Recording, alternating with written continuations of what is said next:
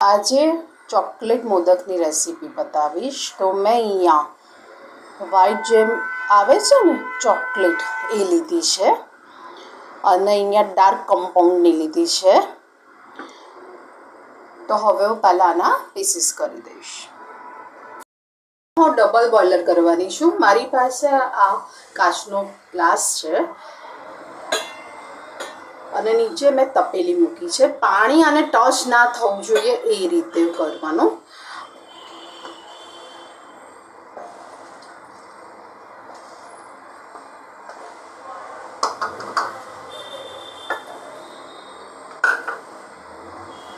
આ મેલ્ટ થાય ત્યાં સુધી હવે આને હું થવા દઈશ. બીજી પણ રીત બતાવીશ ચોકલેટ મેલ્ટ કરવા માટે. મેં એક તપેલી લીધી છે જેની નીચે મેં પાણી મૂક્યું છે. પાણી અને બીજી તપેલી લીધી છે. જો તમારી પાસે આવી રીતે કાચનો બાઉલ ના હોય અને તપેલીમાં તમારે કરવું હોય તો પણ તમે કરી શકો છો. તો આ રીતે કરવાનું. હવે આને પણ મેલ્ટ થવા દઈશું. ચોકલેટ હવે મેલ્ટ થઈ ગઈ છે. જો તો ગેસ પરથી હું નીચે ઉતારી દઈશ. આ આપણે માઇક્રોવેવ જે યુઝ કરતા હોય એમાં જે કાચ આવે છે ને એ કાચના મેં લીધા છે. ચોકલેટમાં હું કાજુ પણ એડ કરીશ. મોદક સરસ લાગે ને ગણપતિ બાપ્પાને. ચોકલેટ મોદક.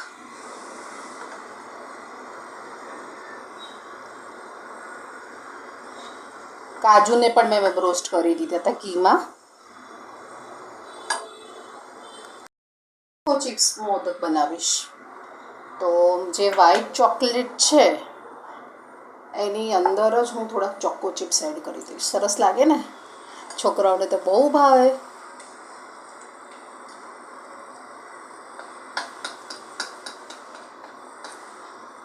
આ થઈ ગઈ છે ચોકો ચિપ્સ. આ મેં મોલ લીધું છે, મોદક મોલ્ડ. એની અંદર હું ભરી દઈશ.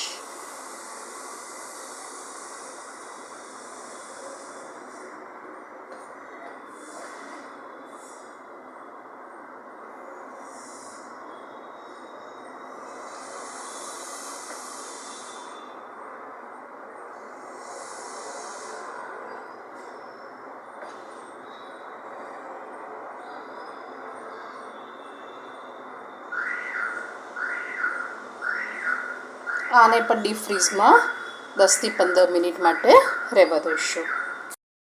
હવે હું આમાં ડાર્ક અને વ્હાઈટનું કોમ્બિનેશન કરીશ. તો મેં અહીંયા મોલ્ડ લીધું છે, મોદક મોલ્ડ. અને નીચે મેં સ્ટેન્ડ માટે હેલ્પિંગ માટે થોડોક લોટ મૂકી દીધો છે જેથી કરીને સ્ટેન્ડ વ્યવસ્થિત રહે.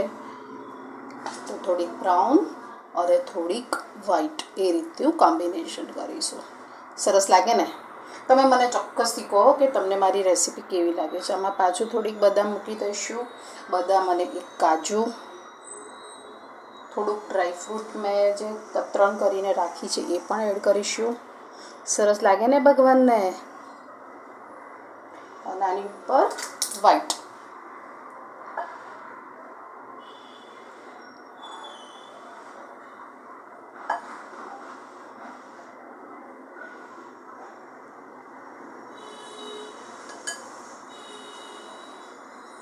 આને 10 થી 15 મિનિટ માટે ફ્રીઝમાં સેટ થવા માટે મૂકી દઈશ.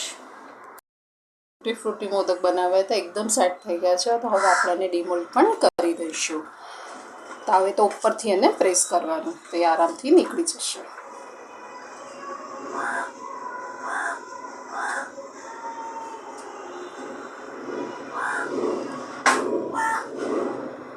કેવું સરસ લાગે છે? સરસ લાગે છે ને?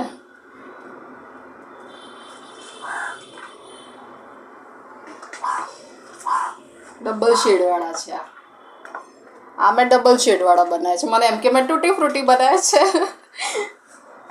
કેવી સરસ થઈ છે ચોકલેટ મોદક. આ રહે જો ટૂટી ફ્રૂટીવાળા જે છે એ આ રહે. કેવા થયા? સિરિયસલી મને કહેજો કે તમને મારી રેસીપી કેવી લાગે છે. જો આ તૂટી ફ્રૂટી મોદક બનાવ્યા છે આજે છે એ તૂટી ફ્રૂટી છે, કેવા સરસ થયા છે. આના ડબલ શેડવાળા મેં બનાવ્યા, બહાર કરતાં ચોખ્ખું અને સરસ બને. અને આ જલ્દી આસાનીથી નીકળી જાય છે સિલિકોન મોલ્ડમાં.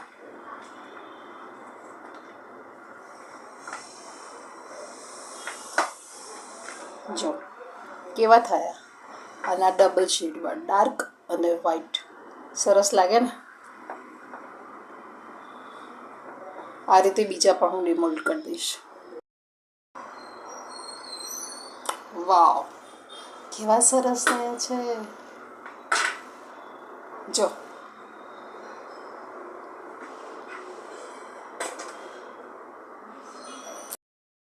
બધા જ મોદકને મેં ડિમોલ્ડ કરી દીધા છે. જો કેવા સરસ થયા છે.